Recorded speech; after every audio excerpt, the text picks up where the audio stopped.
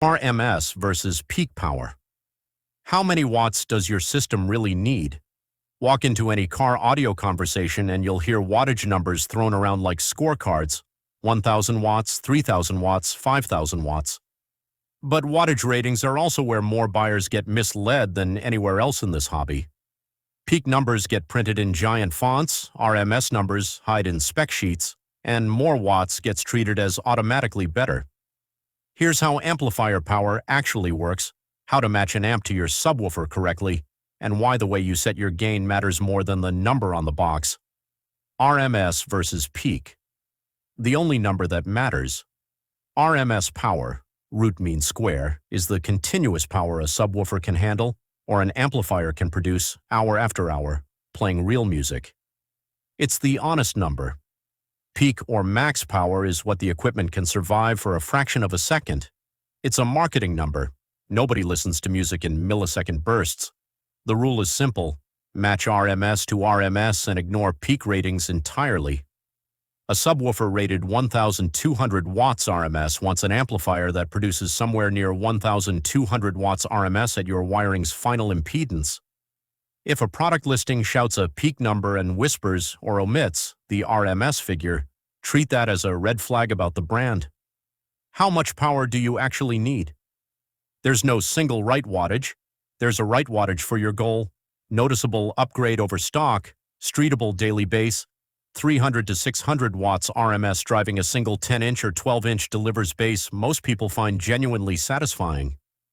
Loud daily driver, 750 to 1,500 watts RMS into one or two subs is the sweet spot where bass becomes physical. You feel it in the seat, not just hear it. Serious bass/entry competition, 1,500 to 3,000 plus watts RMS, multiple subwoofers, ported enclosures, and mandatory electrical upgrades. Competition builds 4,000 watts and beyond, at which point amplifier power is just one line item next to alternators, batteries, and purpose-built enclosures. Remember that loudness scales logarithmically. Doubling amplifier power buys you roughly 3 decibels, which is noticeable but not twice as loud. Going from 500 to 600 watts changes almost nothing. Going from 500 to 1,500 changes everything. The counterintuitive. Truth: underpowering kills more subs. Ask any warranty department. More subwoofers die from too little power than too much. Here's why.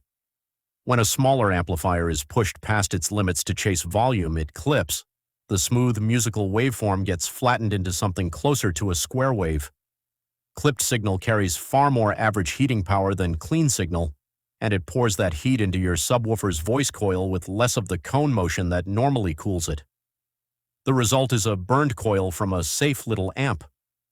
Meanwhile, a clean, properly set amplifier at or even somewhat above the sub's RMS rating runs the sub exactly as designed.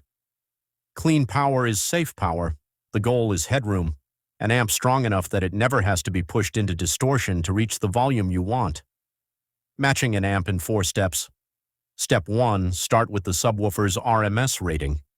One sub at 1,200 watts RMS needs approximately 1,200 watts. 2 of them need approximately 2,400 watts total.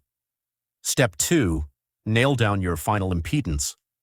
An amplifier's output changes dramatically with the ohm load it sees, so the right amp depends on how your subs wire up. Run your exact sub count and coil configuration through our free ohm load calculator first, then read the amp's rating at that load, not its headline number. Step 3. Buy 75 to 150% of the total RMS requirement. This range gives you clean headroom without wasting budget. When in doubt, err slightly over rather than under. A bigger amp loafing is safer than a smaller amp clipping. Step 4. Budget for the electrical system. A real-world rule of thumb: every approximately 1,000 watts RMS draws on the order of 100 amps of current on peaks. Past roughly 1,000 to 1,500 watts, plan on the Big 3 upgrade, and beyond that, an upgraded battery or high-output alternator. An amp-fed sagging voltage never delivers its rated power, no matter what you paid for it. Set the gain right, or the ratings don't matter. The gain knob is not a volume knob. It matches the amplifier's input to your head unit's output voltage. Set it too high and you can drive even a correctly sized amp into clipping at moderate volume. The safe approach: set your head unit to about 75 to 80% of max volume with EQ and bass boost flat, then raise the gain only until the bass stops getting cleanly louder, and back it off from there. If you hear the bass turn hard, flat, or crackly, that's distortion. Turn it down. A distortion detector or oscilloscope makes this precise, but ears and restraint prevent most disasters. While you're at it, use bass boost sparingly or not at all. A +6 decibel boost quadruples the power demand at that frequency and is one of the fastest routes to clipping.